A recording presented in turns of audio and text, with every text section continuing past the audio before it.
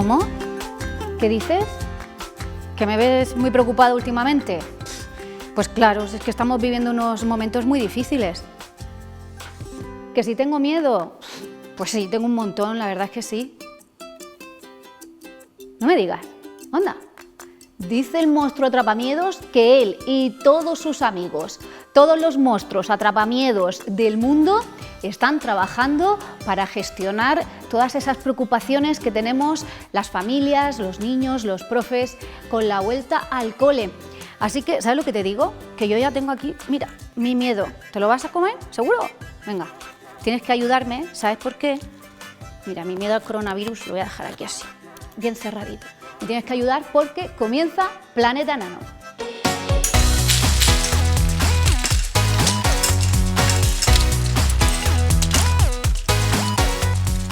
Seis meses han estado cerrados los coles con todo lo que eso supone. Niños de todo el mundo en una crisis sin precedentes veían alterado un derecho fundamental como es el derecho a la educación. Ahora, medio año más tarde, las autoridades dan un paso adelante para abrir los centros educativos. Las aulas tienen que estar abiertas. Es la opinión firme de la consejera de Educación, Esperanza Moreno.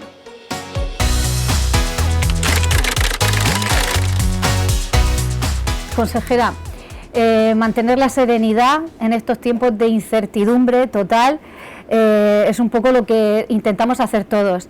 A mí me gustaría preguntarle cómo lo está haciendo usted, cómo se prevé, ¿no?, que vaya este inicio de curso y vamos, intentar andar los pasos que hay que hacer para volver a los colegios. Bueno, yo creo que aquí hay dos palabras que son claves y es crisis sanitaria. Es decir, por desgracia, todo lo va a marcar la situación de la pandemia y la evolución epidemiológica que llevemos a cabo, ¿no?, en la región.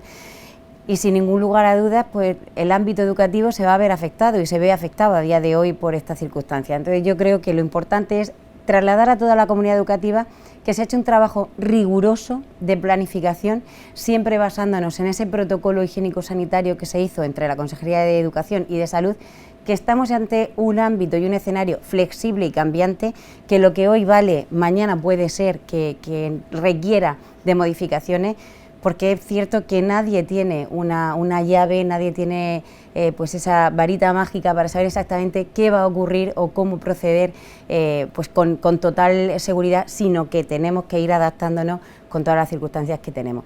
Por eso lo que hay que poner encima de la mesa son todas las necesidades y adaptarse a ellas. Han sido unos meses de trabajo muy duros, imagino, aquí dentro de la consejería. ¿Cómo lo ha vivido la consejera, un poco en lo personal y en lo profesional? Bueno, yo creo que yo estoy muy satisfecha y muy orgullosa de mi equipo. Aquí la gente se está dejando la piel y se está dejando la vida personal, literalmente. Es decir, nosotros entramos a trabajar muy temprano por la mañana y hay veces que son las 11 de la noche y seguimos aquí, pero porque es nuestro deber y porque es nuestra vocación. Yo creo que desde luego la circunstancia que tenemos no es ni mucho menos la que desearíamos, en ningún caso.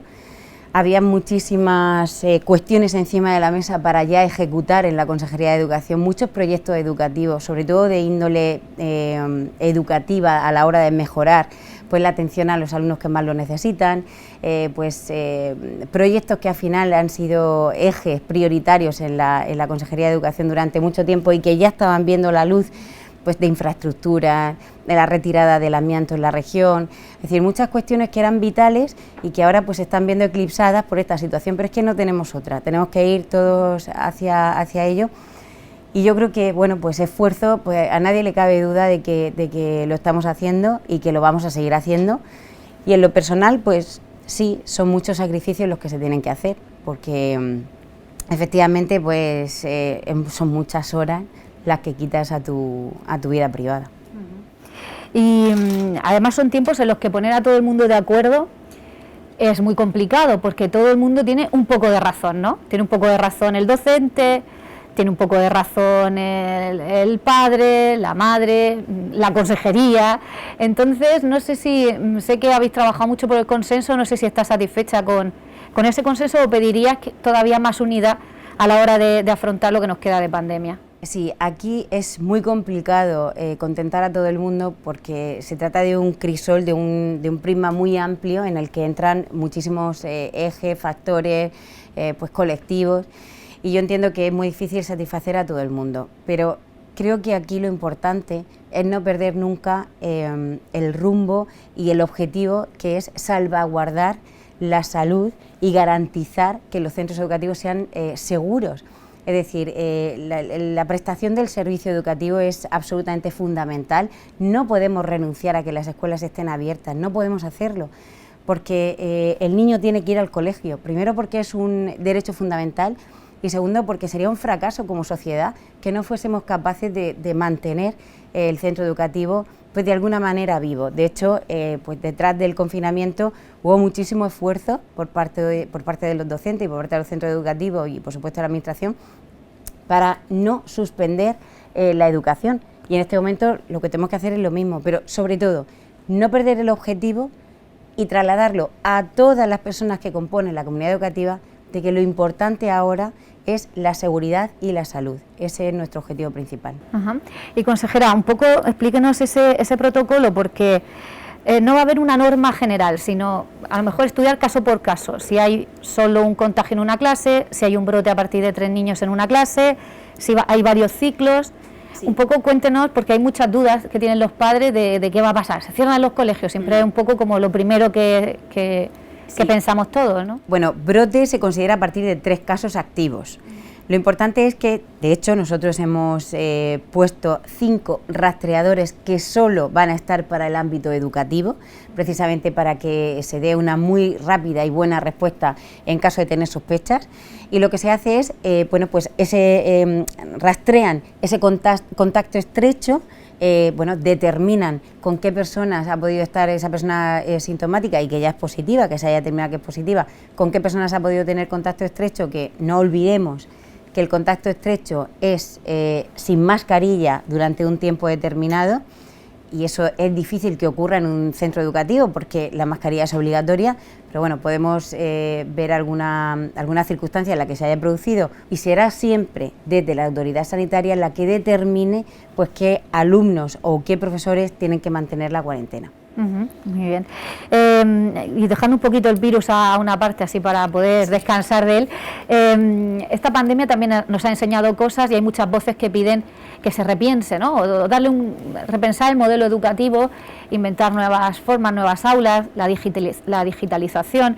¿En qué líneas o qué prioridades se marcaría la consejera cuando podamos salir de todo esto? Bueno, nosotros lo que teníamos en marcha ya era un programa de mejora de los resultados educativos, pues con ese análisis en el número de repetidores, el porqué de esas repeticiones, el trabajo del refuerzo educativo. Recordemos que el año pasado muchísimos alumnos por la tarde daban ese refuerzo educativo en el colegio o en el instituto donde ellos estudian normalmente, o bien con sus propios profesores o bien con otros, donde ahí hicimos un trabajo y un esfuerzo muy importante y un impulso a la mejora, por supuesto, de la tasa de repetición o del abandono educativo temprano. Yo creo que ese también es uno de nuestros objetivos principales. De hecho, en la tasa de abandono educativo temprano ahora mismo estamos en el mínimo histórico de la región de Murcia. Yo creo que es cierto que estamos sobre, pues como decíamos, una crisis sanitaria sin precedentes, pero no debemos de olvidar al final los objetivos prioritarios, que son, por supuesto, la mejora de la calidad educativa de nuestros alumnos. Además, la región es puntera en innovación educativa, lleva unos años en el que está haciendo referencia, ¿no?, en el resto del país. Sí, así es. De hecho, tenemos un movimiento en la región importantísimo de docentes que tienen muchísima inquietud por saber qué técnicas, qué metodologías, qué procedimientos utilizar, cómo actuar con los niños que tienen problemas, por ejemplo, dificultades de aprendizaje, o qué hacer con aquellos que van hacia adelante. Que destacan también, exactamente, con altas capacidades. Efectivamente, al final la atención a la diversidad es eso, son los extremos, los niños que no están, pues que necesitan pues por arriba o por abajo, como decimos nosotros, ¿no?, los docentes. Entonces yo creo que es cierto que ahí pues tenemos que también mucho que agradecer a los equipos directivos y a los docentes de la región que, ahora más que nunca lo están demostrando. ellos también tienen una asignatura nueva, ¿no?, que es el COVID, y además los niños han cambiado mucho también. Casi todos los padres con los que hablo, y yo también, que tengo un hijo, vemos cómo han crecido, como que han madurado, les ha pasado algo, ¿no?, en este tránsito de la epidemia. Y ahora llegan a las clases y los profesores tendrán también que ver qué huella psicológica o emocional les ha dejado el coronavirus y un poco adaptarse. ¿Cómo van a ser estas primeras semanas en el colegio? Nosotros hemos puesto en marcha un plan psicoemocional que se llama Volver más cercanos, precisamente para ayudar a los docentes y a las familias a estos primeros días que van a ser complicados, en el sentido de que ahora mismo no podemos comenzar el cole con el libro de texto o la tablet o el formato, al final el contenido sin más, sino que hay que hacer un análisis previo de cómo se encuentran los niños, qué circunstancias han ocurrido, qué necesidades tienen, tranquilizarles, explicarles muy bien las normas, analizar muy bien la situación, porque es verdad que ellos han actuado con muchísima madurez. Yo también tengo niños pequeños, tengo 2 niñas de 4 años, y es cierto que sorprende cómo lo bien que se han adaptado, ¿no? Quizás se han adaptado incluso mejor que nosotros, porque eso es lo bueno que tienen los niños, que tienen una capacidad de adaptación pues muchísimo mejor que los adultos.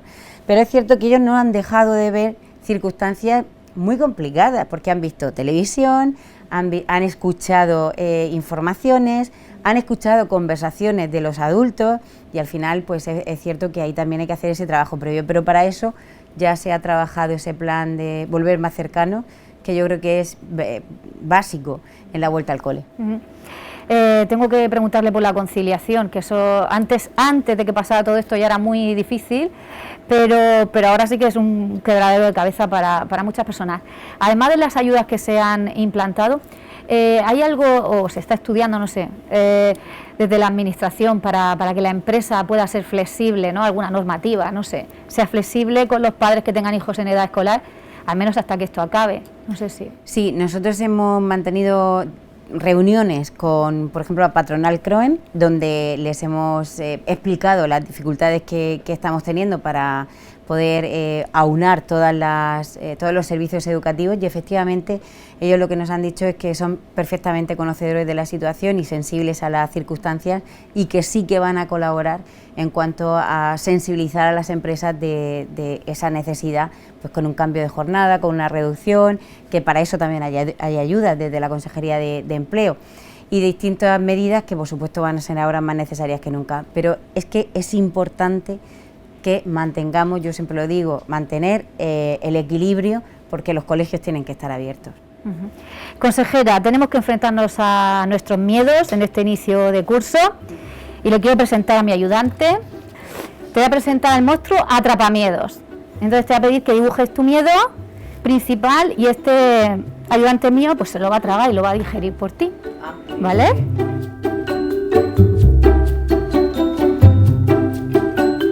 Pues este es mi miedo. Este es mi miedo, venga, pues dáselo. Ahí va. Muy bien. Perfecto, pues venga.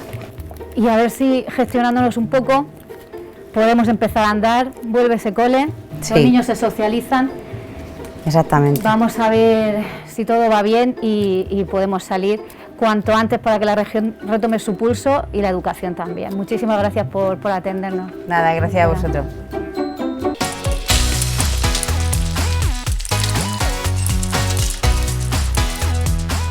Confinamiento, aislamiento social, cambios en nuestras rutinas y comportamientos. Tenemos con esta crisis sanitaria originada por el COVID una monumental indigestión emocional. Así nos lo cuenta nuestra psicóloga de referencia y Planeta experta veterana. Entrevistamos a Ana Peinado para tratar de entender a qué nos enfrentamos y qué huella psicológica puede dejar esta pandemia en los menores.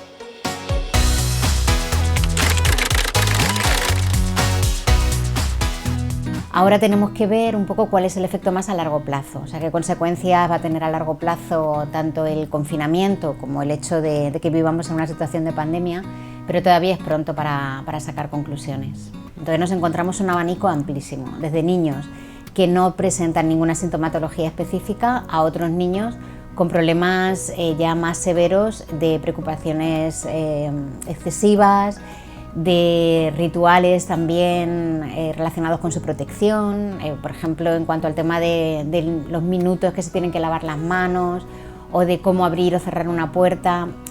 Cuando todo eso se hace no solamente desde digamos que unos niveles de protección, sino también con una preocupación obsesiva, porque si eso no ocurre puede pasar algo malo, pues podemos encontrarnos con situaciones que sí que hay que abordar desde el plano clínico.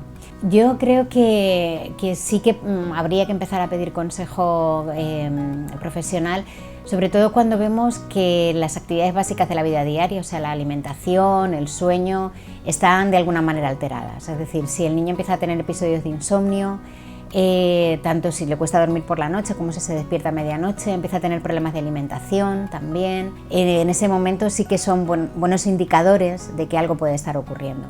Y luego evidentemente también mucho el lenguaje con el que nuestros hijos nos hablan, ¿no? Cuando escuchamos frases demasiado pesimistas como nunca voy a volver a ver a mis amigos, esto no va a pasar nunca, o preocupaciones excesivas, sobre todo en cuanto a la enfermedad o la muerte de familiares cercanos, pues es el momento de pedir consejo. Yo te diría que depende mucho de dos factores sobre todo. Por un lado, la situación en casa, es decir, si por ejemplo los padres han tenido que hacer teletrabajo, han tenido que salir, si eran por ejemplo personas de riesgo, tenían trabajos por ejemplo sanitarios, en fin. Esas circunstancias también los niños las viven de una manera muy especial. El hecho de que estén ya 6 meses sin colegio también supone una situación que para la socialización de los niños es muy delicada, ¿no? Entonces, claro, depende también si tienen primos cerca o si tienen vecinos o si han podido contactar de alguna manera con amigos o viven en zonas un poquito más aisladas. Y luego, por otra parte, también la manera en la que los padres han abordado psicológicamente esta situación. Los niños son un espejo de los padres, es clarísimo. En el momento en que nosotros estamos alterados, estamos nerviosos, estamos excesivamente preocupados, ellos lo van a estar. Si nosotros estamos tristes, estamos pasando un momento de duelo, por ejemplo, o una depresión por situaciones económicas, los niños eso lo van a ver y van a ver que esa es la manera en la que hay que reaccionar en ese momento. Entonces, lo normal es que ellos adopten también ese tipo de conductas pues, más tristes o más depresivas, ¿no? Que a nivel familiar, si se ha podido gestionar bien, toda la situación ha sido una gran ventaja y yo creo que los niños así lo han vivido también, ¿no? Como una oportunidad de que mamá o papá ahora estén más tiempo con ellos. Así que creo que hay que aprovechar ese tipo de circunstancias y también valorar un poco lo que hemos podido aprender de esta pandemia, ¿no? Yo creo que una de las cosas, por ejemplo, es que quizá tantas actividades extraescolares tampoco eran necesarias, que quizá el pasar más tiempo con ellos en casa, simplemente jugando, pues es una ventaja importantísima, que el tener el contacto eso, pues, con abuelos o con familia a través de videoconferencia pues es una posibilidad también de no perder el contacto con gente o de reforzar determinados vínculos. Así que creo que esa parte del aprendizaje que nos ha traído esta situación, pues tenemos que continuarla una vez que la situación pase, ¿no? Bueno, el equipo de atención a la diversidad de la Consejería de Educación creo que ha hecho un trabajo muy bueno con las actuaciones específicas que hay que hacer en los coles los primeros días y la clave está desde luego en no tocar el temario, no tocar el currículum los primeros días. Y yo casi que me atrevería a decir los primeros meses. Han tenido mucho tiempo de no estar en contacto con compañeros de su edad, han estado mucho tiempo en casa y algunos también van a pasarlo un poquito mal con la vuelta al cole. Entonces atender a sus emociones es fundamental. Además hay una emoción que parece que está prevaleciendo en muchos hogares que es la del miedo, así que hay que empezar a trabajar específicamente sobre la emoción de miedo. Porque tenemos que enseñarles a que esas preocupaciones que les pueden venir, esos pensamientos que les pueden dar mucho miedo, son parte de su cerebro, son parte de algo que ellos mismos están construyendo y respirando, relajándonos, atendiendo a otra cosa diferente, como puede ser eso, la respiración o cualquier cosa que haya en la habitación, mi mente se puede calmar. Tanto en clase como en casa se puede tener una zona, un rinconcito. En el programa Arcoiris le llamamos Tranquilandia, que es un espacio donde los niños pueden ir a relajarse. Bueno, los niños y los adultos, porque también los maestros o los padres también podemos utilizarlo. Sería simplemente un rinconcito con un cojín y 2 o 3 elementos más que ellos sepan que es el sitio donde ir a relajarse.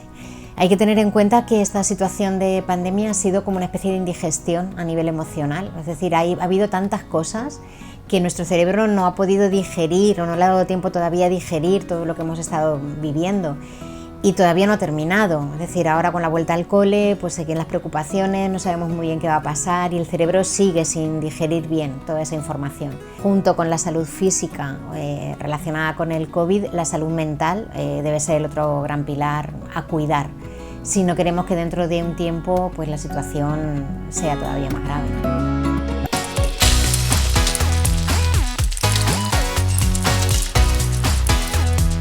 La educación emocional, las herramientas que pone a nuestra disposición como educadores resultan fundamentales en este inicio de curso.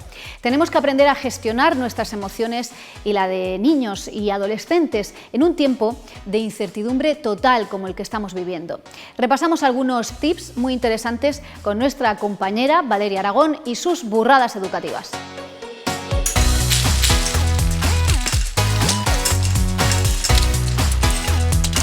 No te pongas así, ¿eh? No te pongas así que tampoco es para tanto. Y al final te voy a dar y te vas a enfadar con razón. ¿Miedo? ¿Miedo de qué? Si ahí no hay nada. ¿Miedo? Venga, valiente, valiente. ¿Miedo? Nada. Pero no te pongas a llorar, que te pones muy fea. O sea, encima de que está triste y está llorando, tú le dices que está fea. Esto, señores, es una auténtica burrada educativa. Cuando los mayores, por ser mayores, creemos que podemos juzgar las emociones de los niños.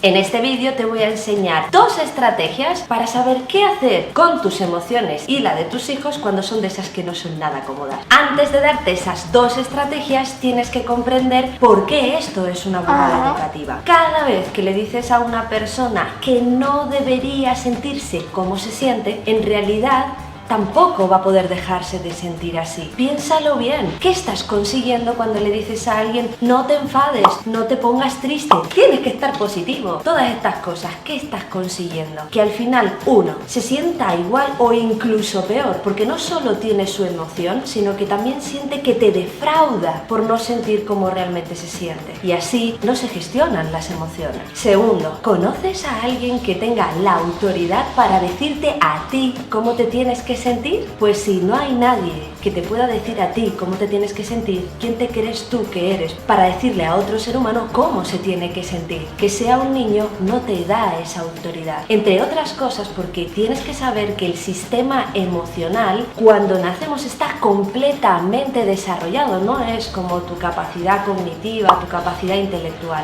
Con nuestro sistema límbico estamos a pleno rendimiento desde que nacemos y tiene una función muy concreta que es activar una serie de acciones o de mecanismos de defensa y de adaptación para la situación que estamos viendo y que estamos sobre todo interpretando. Ojo, y te entiendo, yo soy la primera que cuando veo a mi hijo o a otro niño o incluso a un cliente adulto y veo que está pasando ahí por un mal rato de angustia o de tristeza o de rabia o de miedo, es tal la incomodidad que trato de decirle tranquilo, no va a pasar nada, no te pongas así, ya verás cómo. Todo esto es tremendamente violento porque estás tratando de cambiar al otro ser humano. Estás tratando de que sienta algo diferente a lo que siente y lo siento, esto está totalmente fuera de tu alcance. Así que piénsalo bien, cuando quieres que el otro se sienta de diferente manera, sea cual sea, ¿eso es por su bien o realmente es por lo incómodos que nosotros nos sentimos ante esa emoción? La cuestión es si tú sabes cómo sostenerte emocionalmente a ti mismo para en vez de tratar de cambiar al niño, acompañarlo mientras atraviesa esa experiencia. Esa es la clave de la auténtica inteligencia emocional y de educar sin dramas. Que es que la gente se ha equivocado. Educar sin dramas no implica que el niño no sienta las emociones incómodas. Implica permitir que las emociones incómodas afloren porque tienen una función adaptativa en el entorno. Así que sí, todos somos humanos y vas a sentir ese impulso, pero conténlo, porque te voy a enseñar ahora sí esas 2 herramientas para saberlo gestionar. Primera estrategia, el siento sin miento. Sí, en vez de decir sentir sentimiento, siento sin miento. ¿Por qué? Porque lo primero que tienes que hacer es mostrarle a tu hijo la coherencia en tu sentir. Este ejemplo me lo dio una buenísima amiga mía, un beso, María Ángeles, que es una gran psicóloga Gestalt, que me dijo una clave muy interesante que ahora yo comparto contigo. La clave es la coherencia. Fíjate una cosa, mi hijo Arturo le ha dado por chupar farolas, ¿sí? Ese momento espectacular donde quieres probar todo lo que está a tu alrededor. Y claro, aparecen todas las preocupaciones del mundo de va a pillar cualquier virus o va a pillar cualquier bicho y el crío va a coger una infección, entonces le tengo que advertir de que eso no se hace. Podríamos tener la típica reacción de bien, ante. Dime una cosa, ¿qué emoción es esta? ¿Tú dirías que es preocupación? No, lo que el niño ve es enfado. Pero como en el fondo estoy preocupada y nació mi hijo con todo el sistema emocional desarrollado, no ve coherencia. Si estás preocupada, ¿por qué te enfadas? ¿Y eso qué va a llevar al niño? A repetirlo hasta que sea coherente, porque los niños no reaccionan hasta los 7 años a razonamientos racionales, valga la redundancia, sino a la coherencia con la que le transmitimos la información. Son muy sensibles al sentir. Mira a ver si puedes ser coherente, porque la mayoría de las veces, en vez de mostrar nuestro miedo, nuestra tristeza, nuestra preocupación, simplemente nos cabreamos para que no hagan lo que nos preocupa. Y aquí está esta estrategia, el siento sin miento. Es que hay que pensarlo un poco. Voy a mostrarle a mi hijo lo que siento sin ningún tipo de máscara, de mentira, de protección, mostrando originalmente cuál es el sentimiento. Muestra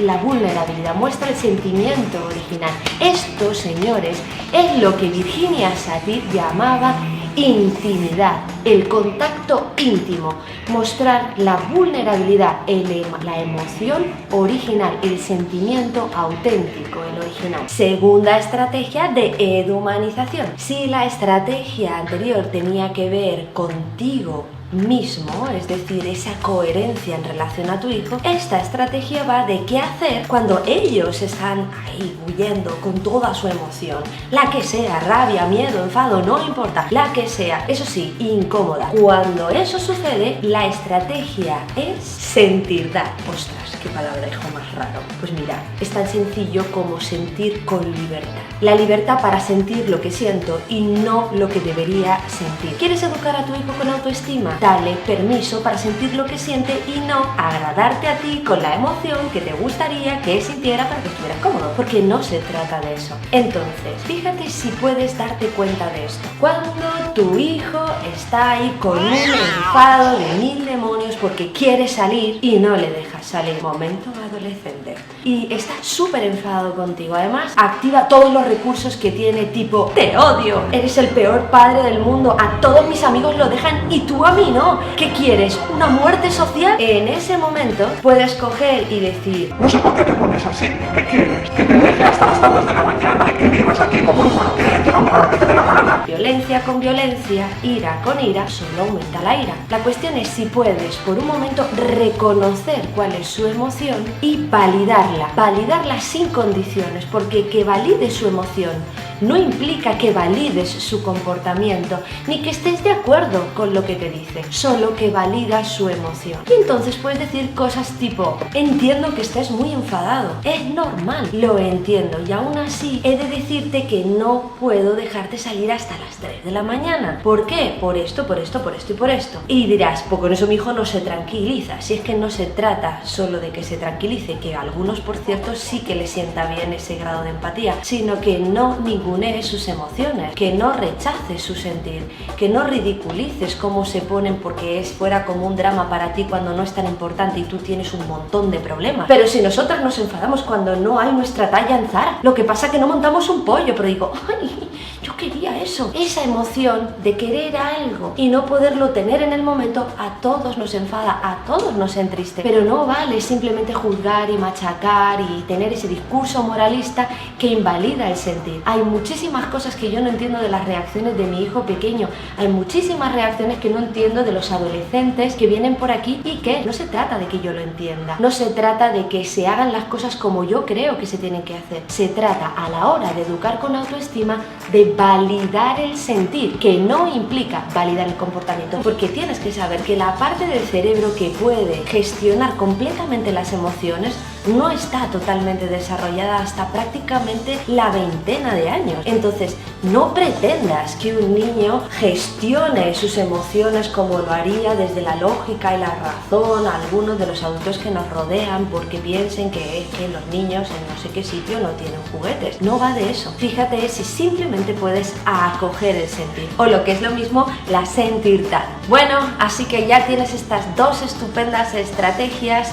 Y si tuviera que decirte algo con lo que cerrar este vídeo, además de que te suscribas, porque el siguiente seguro que tiene más herramientas tan prácticas como esta, es que empieces por ti. Te va a ser muy difícil permitirle a tu hijo su sentir, permitirle a tu alumno su sentir, si tú no te lo permites a ti.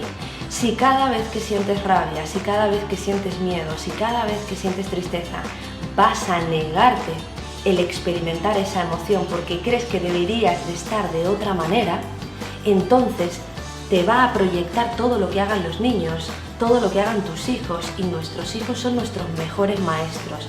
Van a mostrar delante de nosotros lo que nosotros no nos permitimos, y eso es el mejor aprendizaje que podemos hacer. Aplicárnoslo primero a nosotros para ponérselo al servicio de nuestros hijos. Así que con esta estrategia, ¡mua!, os mando un beso y nos vemos la semana que viene.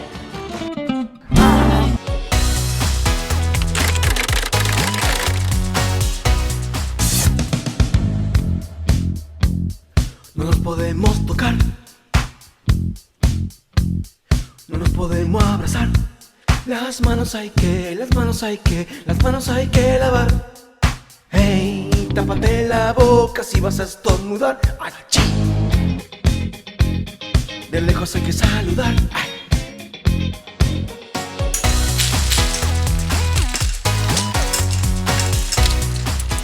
Bueno, estamos en unas circunstancias históricas, únicas. Ninguno de nosotros pensaba probablemente que iba a tener esto continuamente como parte de su atuendo. Y para los niños es especialmente significativo. Muchos de ellos lo pueden ver como un juego, pero las circunstancias, con la ansiedad, el miedo que tenemos los adultos, que lo transmitimos con los que ellos viven, ese bichito que no ven, que está por muchas partes, ahora es más importante que nunca ayudarles a identificar y gestionar sus emociones, sus miedos, la incertidumbre, cómo gestionarla, cómo racionalizarla, no solamente por ellos, sino indirectamente formando a los padres y a los maestros. Es muy importante que ellos se conviertan en un vehículo de transmisión de seguridad, de tranquilidad, de gestión racional de las emociones en un momento como este en el que hay tanta incertidumbre y por tanto irracionalidad. Una cosa es la distancia física, que evidentemente hay que guardarla. De hecho, ahora mismo estamos haciendo una entrevista en la que yo no llevo mascarilla porque estamos guardando la distancia física. Pero una cosa es distancia física y otra cosa es distancia emocional. Es especialmente importante preservar las habilidades sociales y la cercanía emocional en un momento como este. De hecho, la Consejería de Educación de la Comunidad Autónoma de la Región de Murcia ha presentado un programa también muy interesante, elaborado por Lorenzo Hernández Pallarés y por otros compañeros de los equipos específicos, especializados, que se llama Volvemos más cercanos, que creo que es un gran acierto, porque va en la línea de decir qué recursos le puedo dar a los maestros y qué recursos le puedo dar a los orientadores y a los padres para que estos momentos de distancia física y de incertidumbre los sepamos gestionar en beneficio de los niños.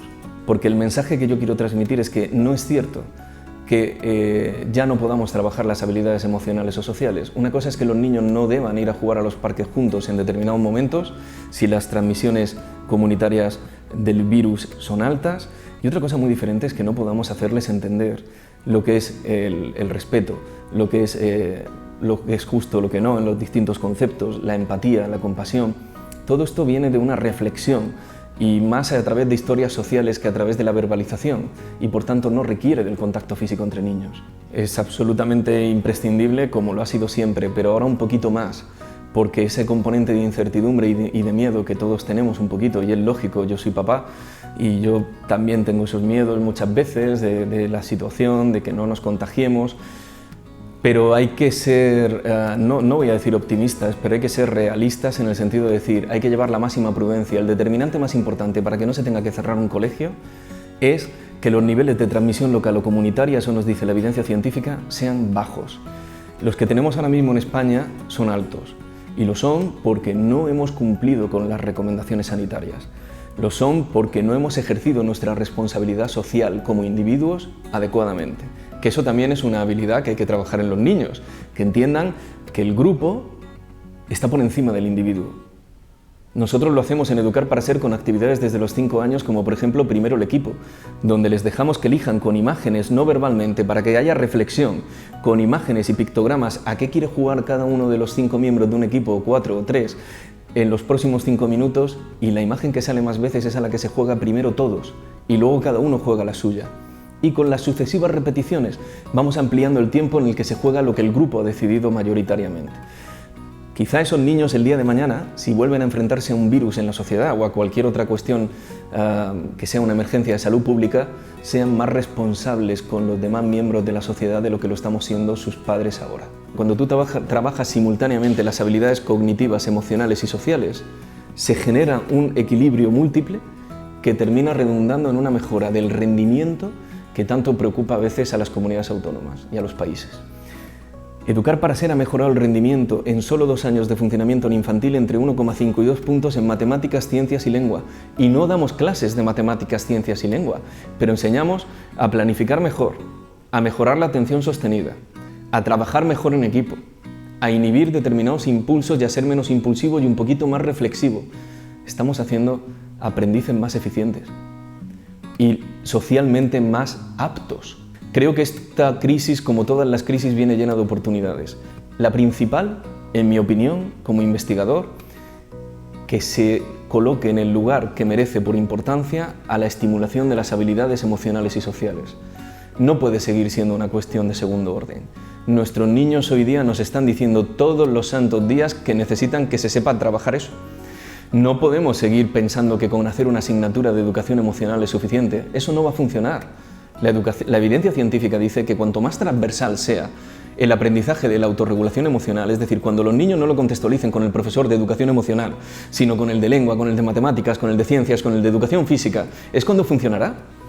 Cuando los padres tengan recursos para poder ayudar a sus hijos en casa y a sí mismos, es cuando funcionará. Esa es, en mi opinión, la gran oportunidad, la de la reflexión como sociedad.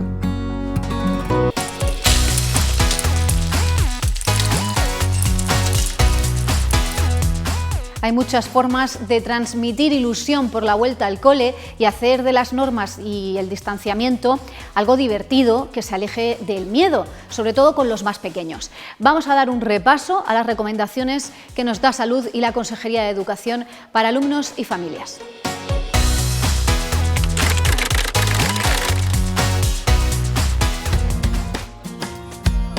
Este año la vuelta al cole llega cargada de normas y recomendaciones. Lo más importante, no llevar a los pequeños que tengan algún síntoma compatible con el virus. Habrá que coger el termómetro antes de mandarles a clase. 37,2 es la temperatura máxima. Imprescindible también la mascarilla. Es obligatoria a partir de los 6 años. Deberán llevar varias de repuesto en sus mochilas junto a un botellín de agua y el gel hidroalcohólico. Además, este año más que nunca todo debe estar personalizado con el nombre del niño. Y nada de compartir. Evitar las aglomeraciones a la llegada es otra de las indicaciones. En todos los centros se entregará y recogerá a los niños en las zonas habilitadas para ello. En el transporte escolar, cada niño tendrá un asiento asignado. Además, cada centro educativo dispondrá de un protocolo de actuación que es necesario conocer. Se recomienda actualizar todos los datos personales por si el colegio tiene que ponerse en contacto con las familias. Los alumnos, por su parte, deberán respetar todas las medidas de seguridad establecidas por el centro, como acceder al aula de manera ordenada y mantener en todo momento la distancia de seguridad. Al finalizar su jornada, todo su material y pupitre deberá quedar recogido para su desinfección.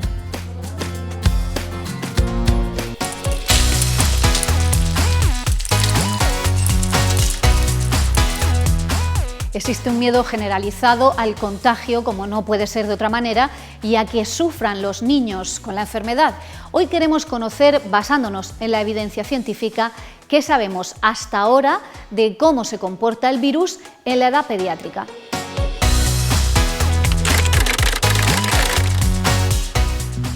Lo primero que sabemos es que la edad pediátrica no es la edad en la que mayor gravedad se produce. Eso se ha visto a nivel de toda la evolución de la enfermedad.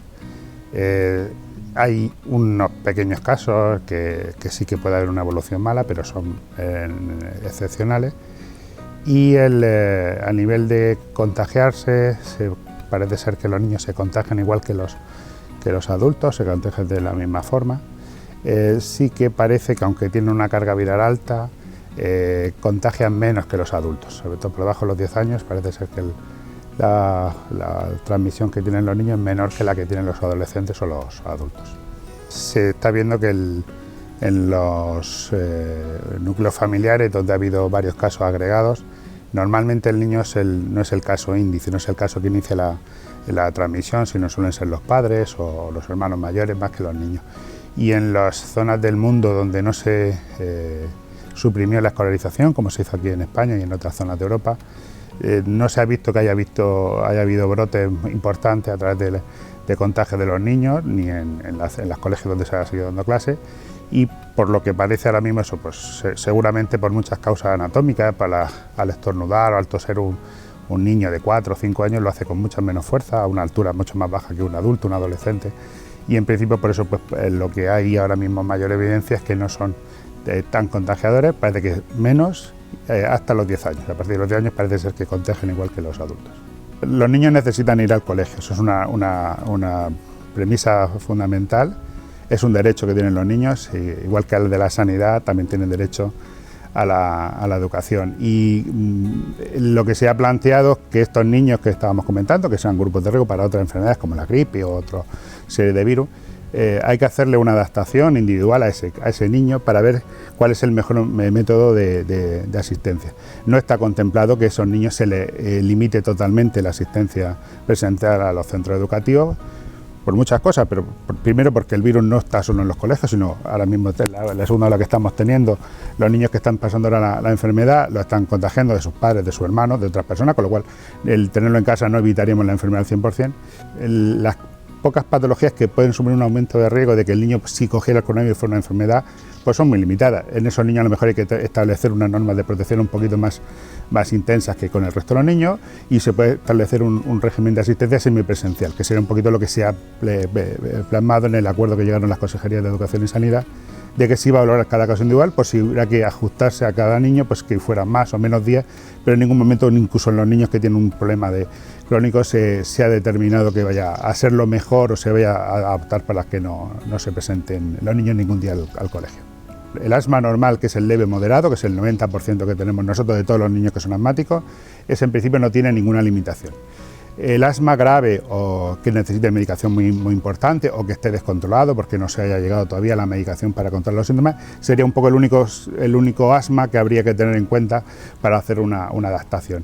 En principio, ya digo, en estos casos, incluso la Sociedad de Neumología Pediátrica ha dado recomendaciones de que no ve ningún problema para que un niño con un asma controlado vaya a clase igual que el resto de los niños. Lo que nos complica la vida, sobre todo a los pediatras y al resto de los médicos de educación primaria y todo el sistema sanitario en global, es el tema de que los síntomas que produce el coronavirus son muy parecidos al resto de infecciones virales de transmisión respiratoria en niños. Es muy difícil distinguirlos. Sí sabemos que no va a ser especialmente peligroso, por lo que se sabe hasta ahora en cantidad de enfermedad. Lo complicado va a ser saber distinguirlo, y en este caso que necesitamos parar la transmisión, no por los niños porque va a ser una enfermedad grave, sino porque puedan transmitir los adultos o personas mayores con problemas crónicos. El cómo parar esa transmisión supone retirar al niño de la vida social, recluirlo en casa a él y a sus convivientes. Ese es el mayor problema que vamos a tener. Pues lo principal es, y lo intentamos hacerlo desde atención primaria, es que sepan que el coronavirus en principio en la infancia no es un virus especialmente peligroso. Los niños, la forma de presentación más frecuente de la enfermedad es una enfermedad que es sin síntomas o con síntomas muy leves. Eso es lo más frecuente que nos vamos a encontrar, lo que nos hemos encontrado y lo que prevemos que nos vamos a encontrar. Que en general en pediatría no va a ser una enfermedad especialmente grave a nivel de los síntomas que produzca en el niño, sí que va a ser grave el destrozo que va a producir a nivel familiar, a nivel laboral, a nivel social, porque intentar aislar a unos niños sin poder recurrir a los abuelos, que ha sido el sistema clásico de nuestra sociedad, pues es complicado y eso pues tiene una serie de repercusiones y nosotros tenemos que hacer de representantes del niño para protegerlo a él, pero sobre todo a la sociedad, que es un poquito lo que nos encontramos ahora. Pero en general en pediatría, ya digo, nos preocupan otros virus mucho más frecuentes de otros años y que todavía estamos los pediatras muy deseosos de que hubiera vacunas para esos virus. A nosotros, a los pediatras, en la carga de enfermedad nos reduciría bastante, mucho más que el coronavirus.